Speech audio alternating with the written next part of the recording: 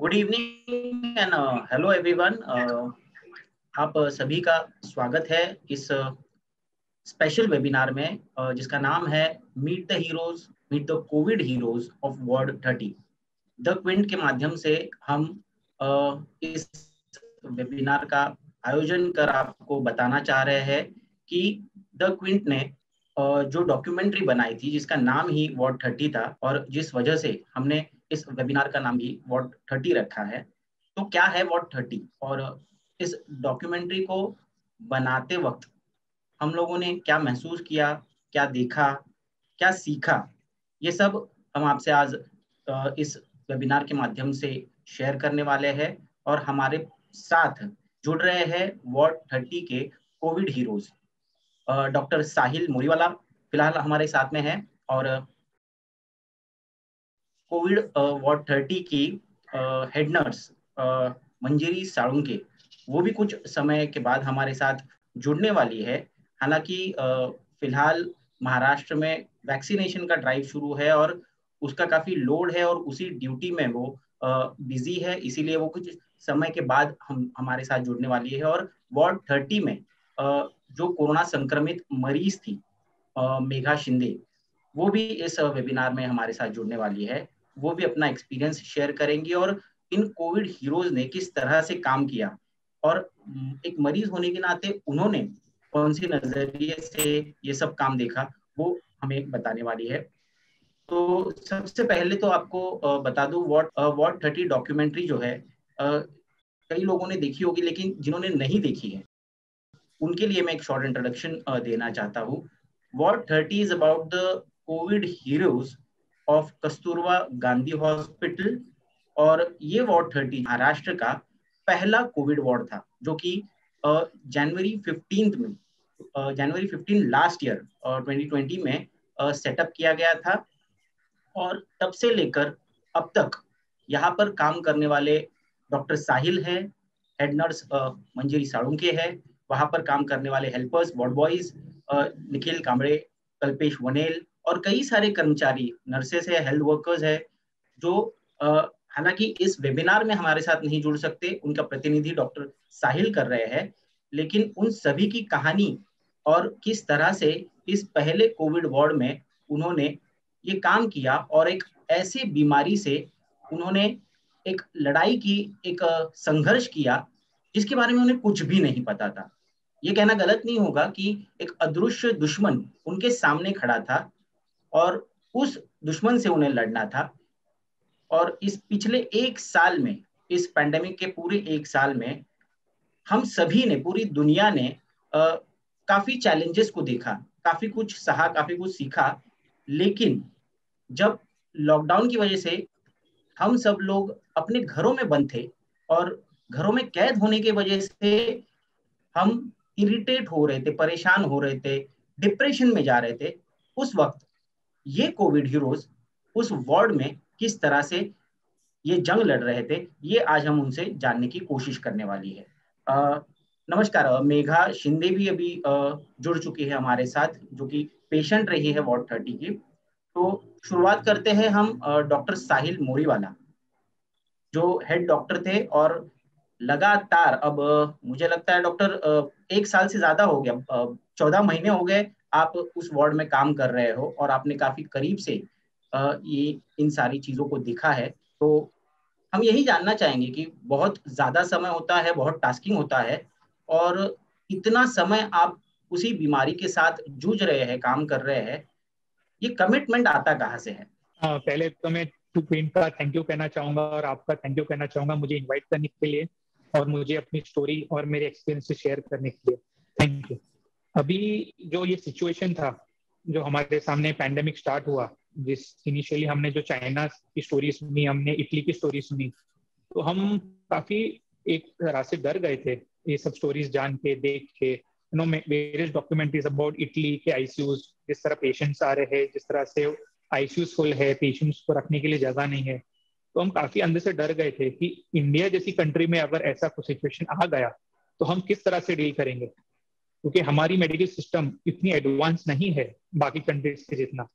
तो वो एक इनिशियल डर था और लिमिटेड गवर्नमेंट सेटअप में उसको कैसे मैनेज करना, वो भी एक चैलेंज था। तो हमने वो चैलेंज को एक तो पहले अपनाया, और हमने आई फील हमने उसको जस्टिस कर पाए हैं कुछ हद तक। बिल्कुल आप जस्टिस कर पाए हैं, मैं तो कहूँगा उससे ज्यादा आपने किया है, क्योंकि काफी सारी जानें आपने बचाई है, और वो भी उस समय जिस समय इस बीमारी के बारे में किसी को कुछ भी नहीं पता था। तो ठीक है, मैं समझता हूँ कि एक ट्रेनिंग होती है आपकी, और उस ट्रेनिंग से गुजरने के बाद इन सारी चीजों को डील करना आपको पता है कैसे करना है। लेकिन एक लीडर की हैसियत से, क्योंकि आप एक टीम लीड कर रहे थे उस वार्ड में, तो वो कितनी बड़ी चुनौती होती है कि आपके साथ आपके सारे टीम मेंबर्स का भी मोटिवेशन हाई रखना, उन्हें ब्रेक डाउन नहीं होने देना, और साथ लेकर चलना और काम करना। एग्जैक्टली, आपने बहुत इंपॉर्टेंट पॉइंट नोट किया है यहाँ पे, कि एज ए टीम लीडर बहुत ज्यादा रिस्पॉन्सिबिलिटी होती है। सब नर्सेज, सब स्टाफ, सब हेल्पर्स, वार्ड बॉयज, सब आपकी तरफ देखते हैं कि आप कितने कॉन्फिडेंस से पेशेंट से डील कर रहे हो। या अगर आप एज अ डॉक्टर खुद डर गए पेशेंट को देखने में, पेशेंट को अटेंड करने में, तो कल जाके वो भी डरना चालू कर देंगे। सो वो सबसे इम्पोर्टेंट रहता है, आपको आपका कॉन्फिडेंस और आपका बॉडी लैंग्वेज वो बहुत अच्छा रखना है। तो उससे अपने पूरे स्टाफ मेंबर्स को काफी कॉन्फिडेंस आता है। सो वो एक हमने बहुत ट्राई किया। हम जितने भी डॉक्टर्स थे, किसी का भी कॉन्फिडेंस हमने लो नहीं होने दिया। हमने सबको कॉन्फिडेंस किया कि ये एक चैलेंज है, हम इसको करके दिखाएंगे, पूरी दुनिया को दिखाएंगे और एक एग्जाम्पल सेट करेंगे। ये जो पूरा माहौल था जिस समय कोविड पीक पर था, यानी पता ही नहीं था कि क्या है ये बीमारी। उस समय जो खबरें आ रही थी, जो पता चल रहा था, जो जानकारी मिल रही थी, वो ऐसा था कि ये अगर हमें होगा तो हम इसे ट्रांसमिट करेंगे दूसरे लोगों को, खास करके हमारे करीबी लोगों को, यानी परिवार। तो जब परिवार की जान जोखिम में डालने की बात आती है, तो अच्छे अच्छे लोग पीछे हट जाते हैं। ऐसी ऐसे समय में वो जो मोटिवेशन आपने दिया, जो कॉन्फिडेंस बूस्ट किया, किस तरह से किया, उसके बारे में जानना चाहिए। पहले एज अ डॉक्टर या एज अ मेडिकल स्टाफ, जैसे हम एज अ कस्तूरबा हॉस्पिटल में काम कर रहे हैं, it is infectious disease hospital. So by chance अगर जो चॉइस यहाँ पे हॉस्पिटल में आता है, उसे पता है कि he is dealing with infectious diseases. जैसे कुछ साल पहले we had dealt with the swine flu epidemic, तो हम we used to treat all swine flu patients. तो हम हमारे all staff are well versed. तो किसी में कुछ अलग डर नहीं था। दे वर लाइक कि ये रिपीट हो रहा है, this is I think part 2 of what they have seen during the swine flu epidemic. So they were in their mind, एक तरह से रेडी थे, क्योंकि जैसे बैट्समैन होता है, कभी बॉलर को खेला, next time he is more prepared. We deal with all kinds of disease, जैसे टीबी हो गया, HIV, या अलग डिजीजेस रहते हैं। As a doctor staff we are well used to all of this. So हम हमें हमारे लिए इतना डिफिकल्ट नहीं होता है। एज अ लेमैन उसके लिए ये काफी डरावनी स्थिति रहती है। आज 1 साल पूरे होने आए हैं, लेकिन फिर भी कोविड का इलाज, अभी तक कोई तय इलाज हमें नहीं पता। अभी वैक्सीनेशन ड्राइव एग्जैक्टली। हालांकि शुरू हो गई है, लेकिन जब कोई बीमारी का इलाज ही नहीं पता, उस बीमारी से लड़ना, तो क्या सेट प्रोटोकॉल्स होते थे, तो वो क्या डायलेमा था? उसमें सबसे इम्पोर्टेंट तो ये बात थी, जैसे हमने स्वाइन फ्लू एपिडेमिक के टाइम स्टीरॉइड्स का यूज काफी किया था। तो इस टाइम पे भी we had started using steroids, जो कि कुछ हद के बाद प्रोटोकॉल में ऐड हो गई थी। देखिए, स्टीरॉइड से पेशेंट्स को फायदा हो रहा है, जैसे आपने सुना होगा अबाउट डेक्सामेथासोन। सो कुछ पेशेंट्स हमारे स्टार्टिंग से रिस्पॉन्ड करना स्टार्ट किए, और स्पेशली वो किस पेशेंट्स में जरूरी है जिनमें ऑक्सीजन लेवल की कमी होती है। So we were seeing good response in them. So वो एक हमारे लिए, ड्यू टू आवर एक्सपीरियंस, हमारे लिए काफी फायदेमंद रहा था। फिर विद टाइम कुछ मेडिसिन ऐसी आई जो पेशेंट की प्रोग्रेस में हेल्प करती थी, ना कि पूरी तरह क्योर करती थी, but it would help the patient recover faster, जैसे रेमडेसिविर और टोसिलिजुमैब। और वो हमको BMC के माध्यम से बहुत अच्छे स्टॉक में मिला। हमने काफी उसको इजीली यूज किया है काफी पेशेंट्स में जिनमें वो इंजेक्शन की जरूरत थी। So we were also very happy to treat those patients, क्योंकि हमारे पास सब साधन थे। अगर वॉरियर अगर बॉर्डर पे जाता है, उसके पास सही साधन वगैरह नहीं है, तो उसे कुछ he will not feel confident. तो उस तरह से we were made everything available from BMC। और हमारे सर जो डीन है डॉक्टर पवार सर, उनकी तरफ से सब चीजें अवेलेबल कर दी गई थी। So we were very happy to treat all of the patients. अब 1 साल का समय बीता है, इस बीमारी पर काबू पाने में क्या आपने सफलता पाई है, ऐसा आपको लगता है? अभी तो पूरी तरह सफलता नहीं कह सकते। जब तक एक जान भी हम बचा नहीं सकते तब तक हम पूरी तरह नहीं सफल कह सकते, बट कुछ हद तक हम सफल हो चुके हैं to control, because we have been able to, हमारा जो रोजमर्रा की जिंदगी है हम उसे कंटिन्यू कर पा रहे हैं।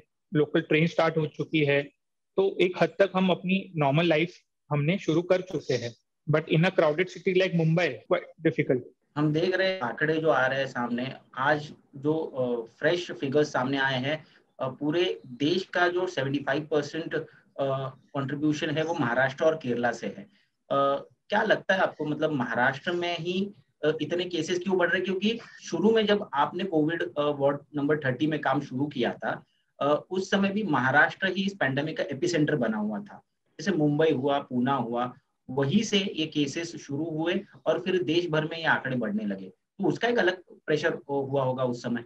स्टार्टिंग में ड्यू टू द पॉपुलेशन, जो डेंसिटी है मुंबई की, उस वजह से काफी ओवर क्राउडिंग भी हो रहा था हॉस्पिटल में। हमारे पास इनफ ऑक्सीजन बेड्स नहीं थे, इनफ वेंटिलेटर्स नहीं थे, क्योंकि we had lot of ventilators but patient इतने थे हम नहीं उन पे यूज कर पा रहे थे। So in a crowded city like Mumbai, जहाँ पे इतना स्लम है, जहाँ पे सोशल डिस्टेंसिंग पॉसिबल नहीं है, so that is the reason यहाँ पे जो कोविड का इतना जो है फिर से सेकेंड वेव आने जैसा लग रहा है। तो क्या आपको लग रहा है कि फिर से वही तीव्रता देखने को मिलेगी मुंबई महाराष्ट्र में? अगर हम वैक्सीनेशन ड्राइव को अच्छी तरह से पूरा कर पाए तो आई फील वैसा टाइम नहीं आएगा। विथ सम प्रोटोकॉल्स और सम हम रिस्ट्रिक्शन के साथ हम अपनी रोजमर्रा की जिंदगी कंटिन्यू कर सकते हैं। वो मुझे मेरे पर्सनल एक्सपीरियंस से लग रहा है। बिल्कुल डॉक्टर, हमारे साथ मेघा शिंदे जुड़ी हुई है, जो तकरीबन 1 महीने तक कोविड से संक्रमित थी। उसका इलाज चल रहा था उनका कस्तूरबा गांधी हॉस्पिटल में, और उस समय काफी सारी चीजें उन्होंने देखी, उन्होंने एक्सपीरियंस की, जो वो खुद से शेयर करना चाहती है। आई एम वेरी ग्लैड कि आप खुद से आए हैं और आप उनके बारे में बोलना चाहते हो, जो कि बिहाइंड द सीन्स काम कर रहे हो, जो रियल हीरोज हैं। तो मेघा शिंदे, आप बताइए आपका एक्सपीरियंस कैसे रहा इस पूरे पैंडेमिक का? पहले हेलो सबको, और thank you so much for the Kasturba Gandhi hospital, all the nurses, all the staff and all the doctors, including Chetan doctor. अगर मैं समझू वो स्टाफ, वार्ड नंबर 30 का स्टाफ नहीं होता, शायद मैं आज यहाँ नहीं होती। क्योंकि जो मराठी में जिसको बोलते हैं पाठिंबा या आत्मविश्वास जो उन्होंने दिया है, जो मंजिरी मावशी, मैं उनको मंजिरी मावशी बोलती हूँ, मंजिरी डॉक्टर, मंजिरी सिस्टर, उनको मैं मतलब कभी भी नहीं भूल सकती। इतना हेल्प उन्होंने मुझे किया है। और सारे ही डॉक्टर साहिल से एक्चुअली उस वक्त पीपी किट पहना रहता था, तो उस वजह से मैंने किसी को फेस टू फेस देखा नहीं था, बट मावशी ऐसी थी जिनको मैंने फेस टू फेस देखा है। और बाकी बट आज मुझे मौका मिला है इन सब के बारे में बोलने के लिए, तो मैं जरूर बोलूंगी। एक्सपीरियंस तो वैसे मेरे लिए कहा जाए, मेरा एक्सपीरियंस बहुत अच्छा था, मतलब इन द वार्ड 30। बट जो मेरे मन का एक्सपीरियंस था बहुत वर्स था, क्योंकि मैं एक नई चीज थी अपने लिए, हर एक के लिए। उसके बाद वार्ड नंबर 30 में जो डॉक्टर थे, वार्ड नंबर 30 में जो नर्सेस थे, जो स्टाफ था, उन लोग ने जो जो मदद की है मुझे। डॉक्टर चेतन पवार, उनका नाम तो पता है, बाकी सबको मैं इतना पर्सनली नहीं जानती, तब भी सबको thank you. But doctor Pawar ने भी बहुत मदद की थी। एक चीज ऐसी थी जो मुझे वो मेरे पास चाहिए ही था, तो वो मंजिरी मावशी ने और डॉक्टर पवार ने अगर अलाउड नहीं किया होता तो आज वो चीज मेरे पास तब उस वक्त पहुंची नहीं होती। दूसरी चीज ये कि जब हम लोग मतलब आए थे हॉस्पिटल में, हमें लगा था कि अब हम वापस नहीं जाने वाले, क्योंकि वो एक रूमर फैला हुआ ही था, कोविड मतलब खत्म, अभी कुछ नहीं है, क्या ही नहीं है। व्हाट्सएप, जैसे डॉक्टर ने कहा कि व्हाट्सएप में हमारे पास भी बहुत आया था। मैं जिस दिन एज अ पॉजिटिव निकली, उसके 4 दिन पहले ही मैं सोचने लगी थी कि अभी ये सब हो रहा है, कैसे करेंगे, क्या करेंगे, कैसा होगा। और मुझे ही 4 दिन बाद पता चलता है कि मैं ही पॉजिटिव हूँ। तो एक अलग ही फीलिंग थी। मेघा जी, हम जानना चाहेंगे कि क्या सिचुएशन थी जब आप वहाँ वार्ड 30 में पहुंची थी, और कैसी आपकी स्थिति थी? क्या बहुत नाजुक स्थिति से आप गुजरी, और किस तरह का एक्सपीरियंस था? वार्ड 30 में जब मैं पहुंची तब मेरा कुछ सेकेंड डे था। उस वक्त पहुंची तब एक्चुअली घर में मैं और मेरे मिस्टर दोनों भी, हस्बैंड, हम दोनों भी पॉजिटिव आए थे। बट ऐसा हुआ कि उस वक्त अलग अलग वार्ड में हमें शिफ्ट किया गया था। एक तो मैंने कभी हॉस्पिटल इतना टाइम कभी ये नहीं किया था। तो जब मैं गई वार्ड नंबर 30 में, वहां पे जाने के बाद मुझे, जहाँ पे कुछ 11 बजे गई थी रात में, मुझे वहां पे शिफ्ट किया गया था। एक तो मुझे बुखार था, उसकी वजह से मेरी हालत ऑलरेडी खराब थी। कोई भी नहीं था साथ में, सब लोग आजू बाजू वाले नए थे मेरे लिए। बट जैसे वार्ड वार्ड 30 के जो स्टाफ ने काम किया, वैसे ही वार्ड 30 में जो पेशेंट मेरे साथ थे, उन्होंने भी बहुत अच्छे से ख्याल रखा। क्योंकि मैं इमोशनली, बोलते हैं ना, पूरा मेरा ब्रेकडाउन हो गई थी पूरी तरह से। मैं रो रो के बुरा हाल कर दिया था। तो वार्ड नंबर 30 में जो पेशेंट थे, उन्होंने आके मुझे समझाया कि ये सबको ही हुआ है, कुछ नहीं होता, 10-15 दिन में अगर आपका रिपोर्ट नेगेटिव आता है, ये होता है, तो आप चले जाओगे। डॉक्टर भी दिन में 3-3 बार डॉक्टर आते थे, अच्छे से पूछताछ करते थे, सब कुछ अच्छे से था, खाना पीना अच्छे से था, और कौन सी भी चीज की कमी नहीं थी। बस अभी क्योंकि आपने कहा कि कुछ दिनों बाद ब्रेकडाउन हो गया था आपका, जब वो पॉइंट पहुंची आप, उसके बाद किस तरह से हौसला मिला? जैसे आपने अभी बताया कि आपने मंजिरी मौसी उनको कहा, तो आप उनको एक फैमिली का पार्ट समझती है अभी, जिसकी वजह से एक हौसला मिला और आप इस चीज से बाहर निकली। आफ्टर 3 और 4 डेज मुझे मेरा जो पीरियड साइकिल शुरू हुआ था, तो बिकॉज ऑफ दैट मेरे पास कुछ भी चीज नहीं थी। तो मैंने मेरे फ्रेंड्स में, मेरे हस्बैंड के फ्रेंड्स में कांटेक्ट किया था। तो उन्होंने किसी के कांटेक्ट के थ्रू मंजिरी मौसी का नंबर मिला। तो मुझे तो कुछ भी नहीं पता था कि मंजिरी सालुंके के है कौन। पहले नाम भी अलग ही बताया था मुझे। बाद में जब ज्यादा कांटेक्ट होने लगा, तब मुझे नाम पता चला कि इनका नाम मंजिरी है करके, क्योंकि हम लोग नर्स या सिस्टर कह के बुलाते थे। उन्होंने उस वक्त आए, उन्होंने मुझे वो जो कुछ भी था, उनके खुद के कपड़े दिए, उन्होंने घर से कुछ सामान लाया था, मतलब जो कुछ भी लगता है वो। निखिल करके जो वार्ड बॉय है, उन्होंने मुझे फ्रूट्स लाके दिए। मेरा खुद का सामान पूरा 2 दिन तक बाहर पड़ा हुआ था। तो मैंने रिक्वेस्ट कर करके निखिल से मंगवाया वो, और निखिल के फ्रेंड थ्रू मेरे हस्बैंड ने कुछ सामान मंगवाया था, तो वो भी हमें मिला। क्योंकि हम लोग घर से ये सोच के नहीं निकले कि हमें 10 दिन लगेंगे, 15 दिन लगेंगे, क्योंकि कुछ पता ही नहीं था। और मंजिरी मौसी का बोलूं तो मंजिरी मौसी ने मुझे मेरी मम्मी की तरह समझाया कि आज ठीक है, मेरे हस्बैंड का नाम हरीश है, आज हरीश वो वार्ड में है, बट वो भी तेरा उधर भी ये कर रहा है, टेंशन ले रहा है, तू यहाँ पे रो रही है, तू खाना नहीं खा रही है, ये नहीं कर रही है, वो नहीं कर रही है। उन्होंने पूरा समझाया। वो निखिल करके है, तो उन्होंने हर रोज, मैं खाना नहीं खाती थी तब भी वो, मतलब प्लेट देता था, उसको पता था कि ये खाने नहीं वाली, तब भी वो प्लेट मेरे पास में रहता था। क्योंकि सबने बोला था कि मैंने सच में पहले 8 दिन तक कुछ भी खाना नहीं खाया था, क्योंकि मैं पूरा वो इमोशनल जर्नी में थी कि मुझे कुछ नहीं पता, मेरा खत्म हो गया सब।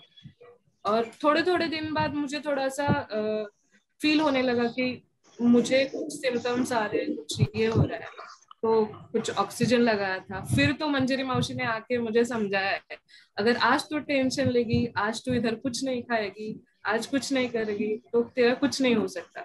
जिस मंजरी मौसी के बारे में बात हो रही है, मैं हमारे सभी दर्शकों को भी बता दूं, जो डॉक्टर साहिल के बगल में जो बैठी है, हम देख रहे हैं उसी यूनिफॉर्म में वो आकर यहाँ पर इस वेबिनार में जुड़ी है।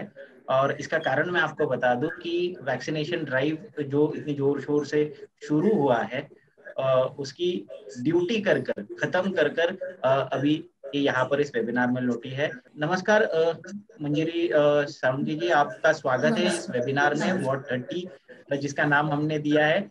और जिन्होंने डॉक्यूमेंट्री देखी होगी वो तो अब मंजरी साळुंखे को जानते ही होंगे, लेकिन जिन्होंने नहीं देखी उनको ये बहुत अच्छा मौका है उनको जानने का, क्योंकि कोई भी चीज कहती है तो बड़ी कमिटमेंट के साथ कहती है। पहले तो बताइए कि आज का कोविड वैक्सीनेशन का ड्राइव कैसे था, किस तरह से काम चल रहा है? अच्छी बात करते हैं। फिलहाल बहुत सारे पेशेंट बढ़ भी गए हैं, पेशेंट आ रहे हैं। आज से ओल्ड एज को भी चालू किया, इतने दिन मेडिकल सब स्टाफ थे, आज से ओल्ड एज को स्टार्ट किया है। ओल्ड एज का भी रिस्पॉन्स अच्छा है, आ रहे हैं सब, बहुत सारे, कुछ प्रॉब्लम तो नहीं है, सब अपने खुशी से यहाँ आके इंजेक्शन लेके जा रहे हैं वैक्सीन। जी जी, हम अभी खबरों में देख रहे थे कल से कि बहुत ज्यादा भीड़ रही है लोगों की, या कोविन ऐप में भी कुछ ग्लिचेस है जिसकी वजह से ये भीड़ हो रही है। नहीं, ऐसा कुछ नहीं, भीड़ तो है लेकिन उतना कंट्रोल भी हो रहा है, वैक्सीन बराबर टाइम से सबको दिया जा रहा है, कुछ प्रॉब्लम तो नहीं है फिलहाल तो।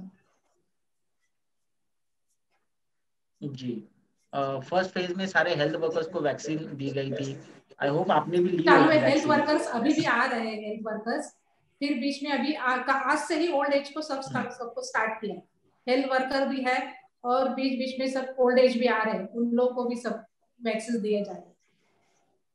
Until now हमने हॉस्पिटल में कोई भी एडवर्स इफेक्ट्स नहीं देखे वैक्सीन के, कुछ नहीं। In our ICU not a single patient post vaccination, अभी तक किसी को से नहीं है।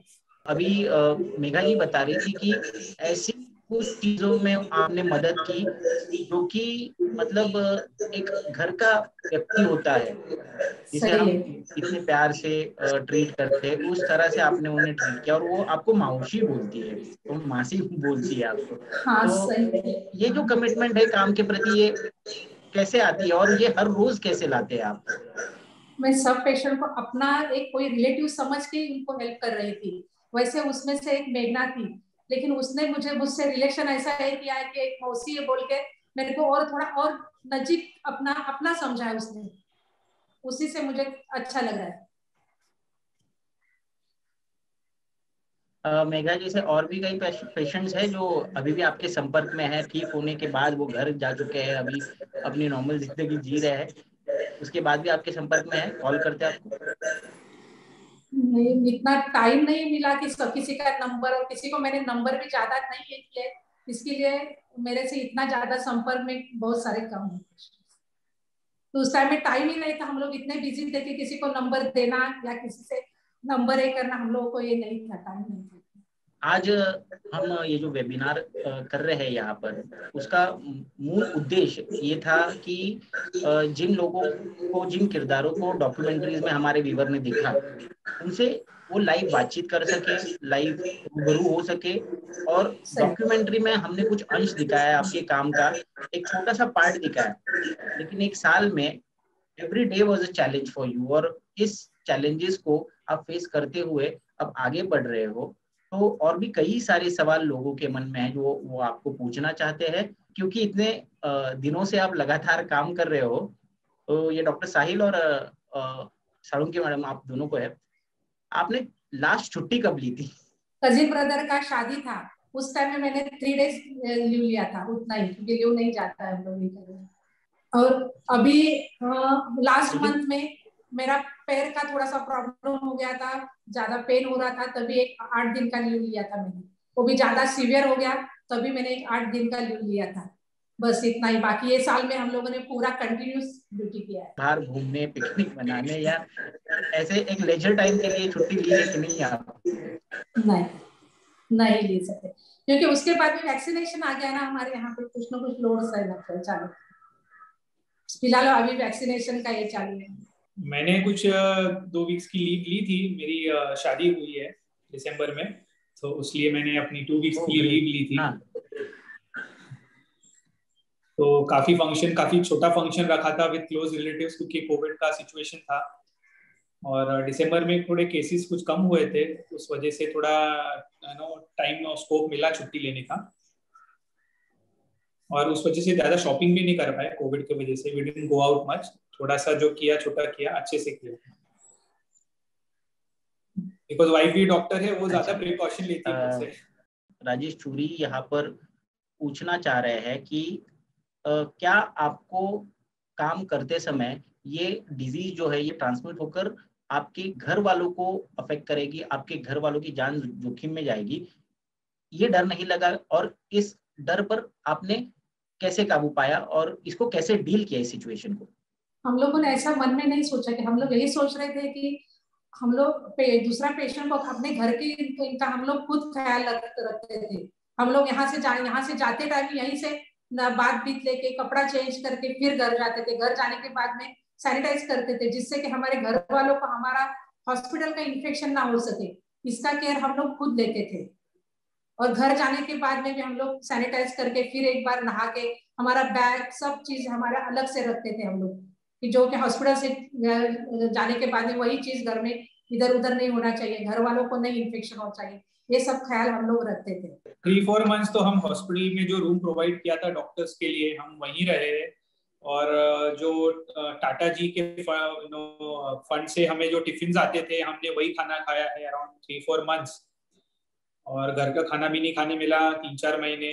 डायरेक्ट मुझे याद है ईद के दिन मैं घर गया था, तो उसके दिन तक तो घर गया नहीं था, और उसके पहले भी मैं क्वारंटाइन किया अपने आप को, फिर मैं घर गया हूँ क्योंकि मेरे डैड है he is a senior citizen, तो I did not want to take the risk घर जाके, बिकॉज तभी यू डोंट नो आप कब ट्रांसमिट करोगे, क्या सिम्टम्स है, पूरी तरह से डिजीज के बारे में कॉन्फिडेंस नहीं था तभी। जी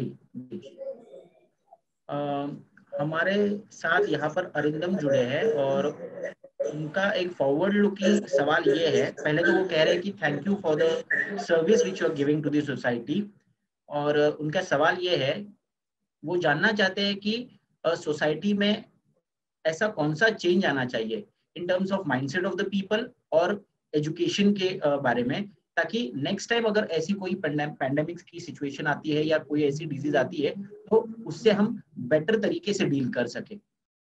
ऐसे पैंडेमिक से या ऐसे सिचुएशन से डील करने सबसे इम्पोर्टेंट चीज है कि हम क्रेडिबल सोर्सेज से इंफॉर्मेशन लिए। हम जो भी इंफॉर्मेशन है हम हमारे फैमिली डॉक्टर से ले, ना कि व्हाट्सएप यूनिवर्सिटी से ले, ना कि हमारे फ्रेंड्स या हमारे पड़ोसी के नुस्खे अडॉप्ट करें।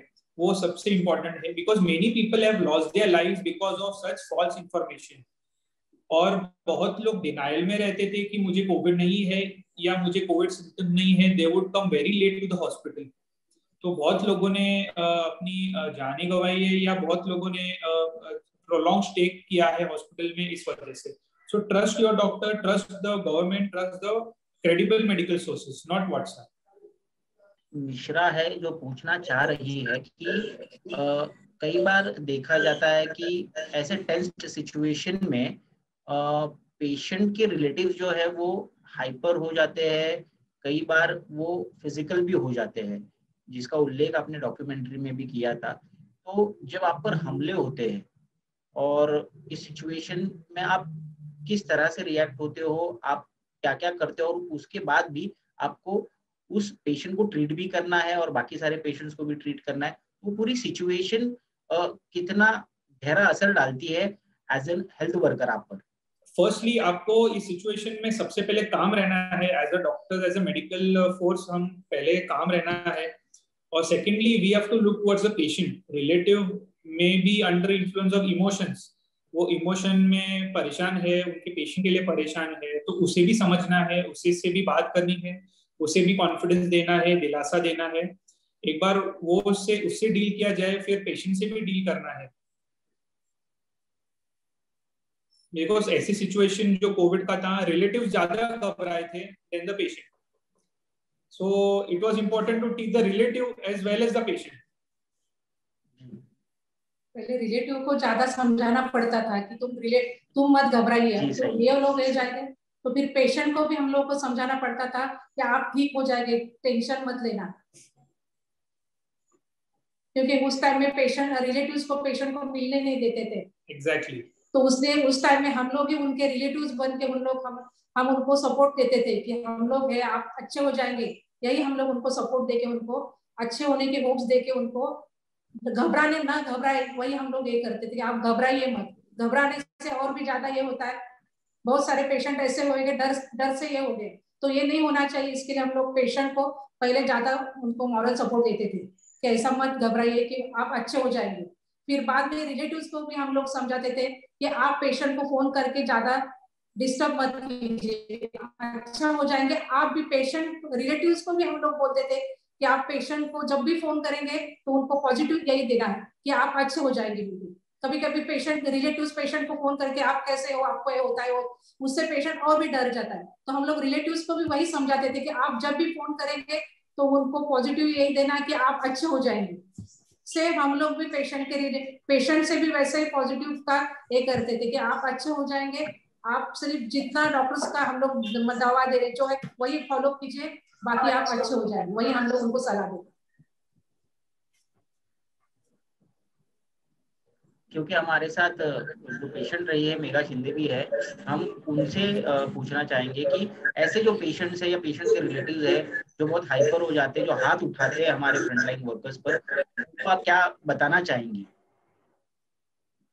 चलिए, पेशेंट के नजरिए से देखा जाए, आधे पेशेंट को तो पता भी नहीं होता कि एग्जैक्टली हो क्या रहा है अंदर, या कुछ अलग तो नहीं हो रहा है। मेरे हिसाब से या मेरे साथ जो हुआ था, मैंने जो सुना था, अगर बोलना चाहूँ तो बोल सकती हूँ, क्योंकि एक ऐसी भी चीज थी कि आपको इंजेक्शन देके मारा जाता है। ये भी चीज बहुत लोगों ने कही गई थी कि हॉस्पिटल में लोगों को इंजेक्शन देके मार रहे हैं तो आप मत जाओ हॉस्पिटल में। ऐसे भी बहुत सारे लोग थे। और मेरे सामने भी जिस दिन हम लोग को शिफ्ट किया गया था, उस दिन भी क्या चीज थी, क्या रीजन था पता नहीं था, बट वो लोग भी चिल्ला रहे थे। तो वो मतलब मैं उनको बोली भी कि अगर आप पॉजिटिव हो तो उसमें गलत क्या है। तो वो बोल रही थी, लेडीज थी, हम जिस वक्त हमारा टेस्ट लिया गया था, बोल रही है मैं पॉजिटिव आ ही नहीं सकती क्योंकि मैं कांटेक्ट में नहीं आई थी। तो मैंने बोला आप पॉजिटिव नहीं है, वो रिपोर्ट तो ऐसे ही नहीं दे सकते।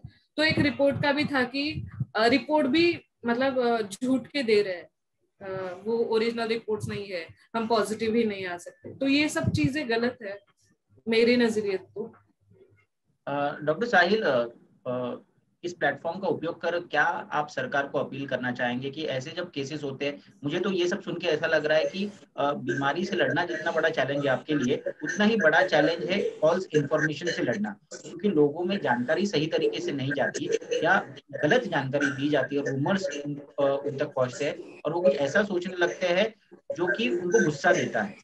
तो आप सरकार से इस प्लेटफॉर्म का उपयोग कर क्या अपील करेंगे कि ये सारी चीजें रोकने के लिए क्या करना चाहिए? सरकार तो इस माध्यम तो स्टेप्स तो ले रही है to dispel the false information.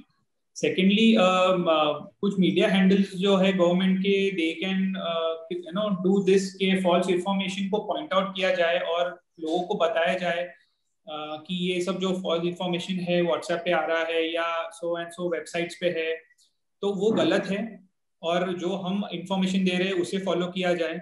So that government has to be proactive, और हमारे महाराष्ट्र गवर्नमेंट ने वो कुछ हद तक किया है। वैक्सीनेशन के बाद अभी कई जगह से खबरें आ रही है कि वैक्सीनेशन लेने के बाद भी लोग पॉजिटिव पाए जा रहे हैं, लोग संक्रमित हो रहे हैं। तो इस वजह से काफी लोग वैक्सीनेशन के बारे में इतने सीरियस नहीं है, या तो उनको लग रहा है कि वैक्सीनेशन लेकर भी कोई फायदा है नहीं। तो ऐसे लोगों को क्या समझाना चाहेंगे, अगर वो पॉजिटिव आ भी रहे हैं वैक्सीनेशन के बाद, फिर भी उन्हें वैक्सीन लेना क्यों जरूरी है?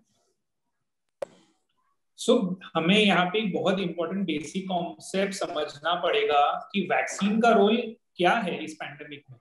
वैक्सीन का ये रोल है कि वो आपको एक ऑर्गेनिज्म के सामने इम्यूनिटी देगा। नेक्स्ट टाइम जब आप वो वायरस आपके बॉडी में एंटर होता है, आपको बहुत लाइफ थ्रेटनिंग इलनेस नहीं होगा, जैसे कि आपको निमोनिया नहीं होगा कोविड का, या आपको कोविड की वजह से लंग्स आपके खराब नहीं होंगे। वो सबसे इंपॉर्टेंट चीज जो वैक्सीन आपको देने वाला है, ना कि आप और वो जो कुछ लोग कहते हैं कि पॉजिटिव होने वाले, दैट में हैपन, वो और बाकी चीजें भी हो सकती है, बट वो ये दे रहा है कि आपको लाइफ थ्रेटनिंग इलनेस नहीं होगी, आप मरने से बच जाओगे। वो सबसे इंपॉर्टेंट रोल है वैक्सीन का, जो कि हर वैक्सीन का यही रोल रहता है।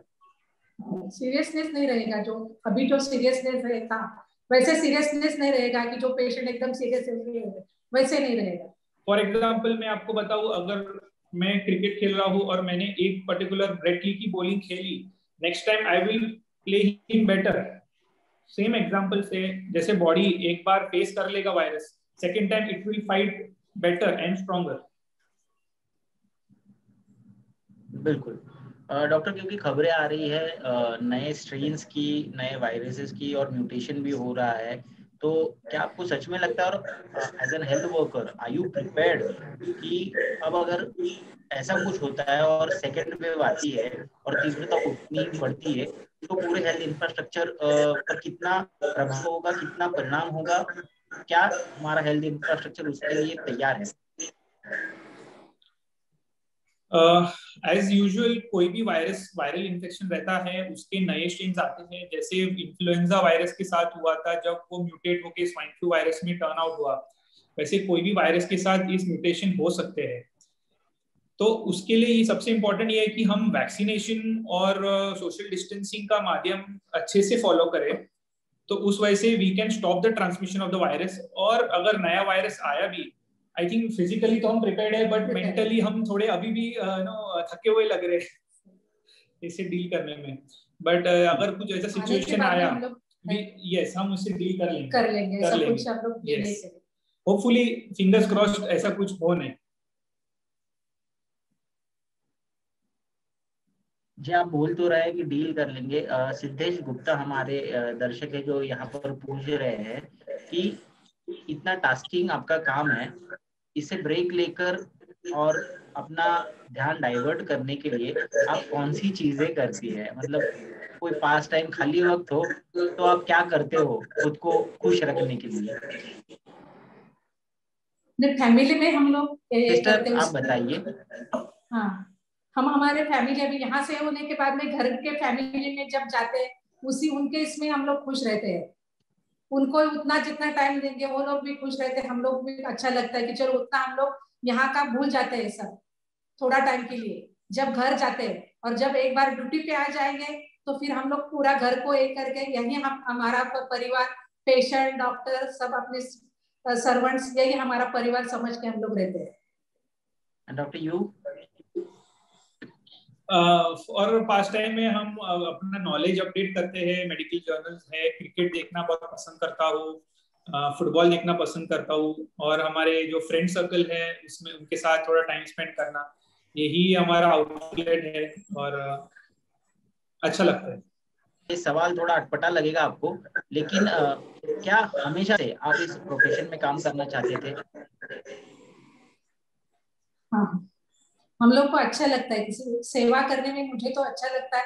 यहाँ आने के बाद में हमारे हाथ से कुछ तो एक अच्छा काम हो रहा है और सबको तय कर सकते हैं, वही हम लोग को अच्छा लगता है। मुझे तो आनंद है इसमें, ये सेवा में। और मुझे छोटेपन से एक ये था कि मैं कुछ न ऐसा सिस्टर बनूंगी, एक मेरा दिमाग में ये था कि सेवा करूंगी मैं आगे जाकर। मैं तो बचपन से क्रिकेटर बनना चाह रहा था, बट हमारे फैमिली के साथ छोटा सा हादसा हुआ था। जैसे my mother passed away at a very young age, so मेरे फादर का सपना था कि मैं अपने दोनों बच्चों को डॉक्टर बनाऊं। So I am the elder brother, तो फादर ने मुझे एमडी तक पढ़ाया है, और अब मेरा छोटा भाई है, उसने भी अपना एमबीबीएस कंप्लीट कर दिया है। तो मैं dad is a very proud dad आज अभी फिलहाल में, स्पेशली ये कोविड सिचुएशन जैसे हमने डील किया, तो उससे वो काफी प्राउड फील करते हैं। ये थोड़ा सा ट्रिकी होगा, आप संभल के जवाब दीजिए। अगर मौका दिया जाए कि ये काम छोड़ के कोई अगर दूसरा काम करने का मौका आपको मिले, तो क्या आप चाहोगे ये काम छोड़ना? क्योंकि it's been a very stressful year. मन में भी ये विचार नहीं आएगा हमारे, हम इसी में खुश है, हमारी खुशी इसी में है, तो हम लोग ये दूसरा कुछ जॉय करेंगे तो उसमें हम लोग को नहीं अच्छा लगेगा, इसी में हम लोग खुश है। There is no better joy than what work we are doing। हमने जो किया है और लोगों के चेहरों पे और रिलेटिव्स पे जो खुशी देखी है, nothing can replace it। It is second to none। और I would never go back and think कि मैं कुछ और बनना चाह रहा था। I think इसमें हम काफी खुश है। सबके ब्लेसिंग्स मिलते हैं, जब पेशेंट चले जाते हैं तो हम लोग को कितना ब्लेसिंग देते हैं, वही हम लोग को बहुत सारा हमारा संपत्ति जमा हुआ है, वही सबका ब्लेसिंग्स। जी बिल्कुल बिल्कुल बिल्कुल। और ये आशीर्वाद और ये संपत्ति और बढ़ती ही रहे, और अच्छा काम आप करते रहे, और काम करने को उतनी ऊर्जा आपको मिले। हम सभी की ये कामना है, हम सभी ये विश करते हैं कि आप और स्ट्रॉन्गर बनकर इमर्ज हो आगे जाकर। और हम जो कॉमन पीपल है उनमें आपके बारे में, काम के प्रति रिस्पेक्ट तो था ही, लेकिन इस पिछले 1 साल में हमने जो देखा है पूरी दुनिया में जिस तरह से ये फ्रंटलाइन वर्कर्स काम कर रहे हैं, बिना किसी पॉज के, बिना किसी छुट्टी के, और ये लगातार चलते जा रहा है, और कब तक चलेगा हमें पता नहीं है। तो हमारी सबकी तरफ से हैट्स ऑफ टू यू और ऑल द बेस्ट, और ये रिस्पेक्ट और भी बढ़ते ही रहेगा। Thank you very much for joining the Quint का ये जो वेबिनार था वो स्पेशल वेबिनार था, क्योंकि हमारी जो डॉक्यूमेंट्री थी ward 30 Covid heroes of Kasturba Gandhi hospital, उसे बहुत सराहाया गया, उसके बहुत अच्छे रिव्यूज हमें मिले, और इसी वजह से लोगों को आपसे रूबरू कराने का एक माध्यम हमें बनने का मौका मिला। इसके लिए आप सभी के बहुत बहुत धन्यवाद। Thank you very much. Thank you. जय हिंद, जय महाराष्ट्र।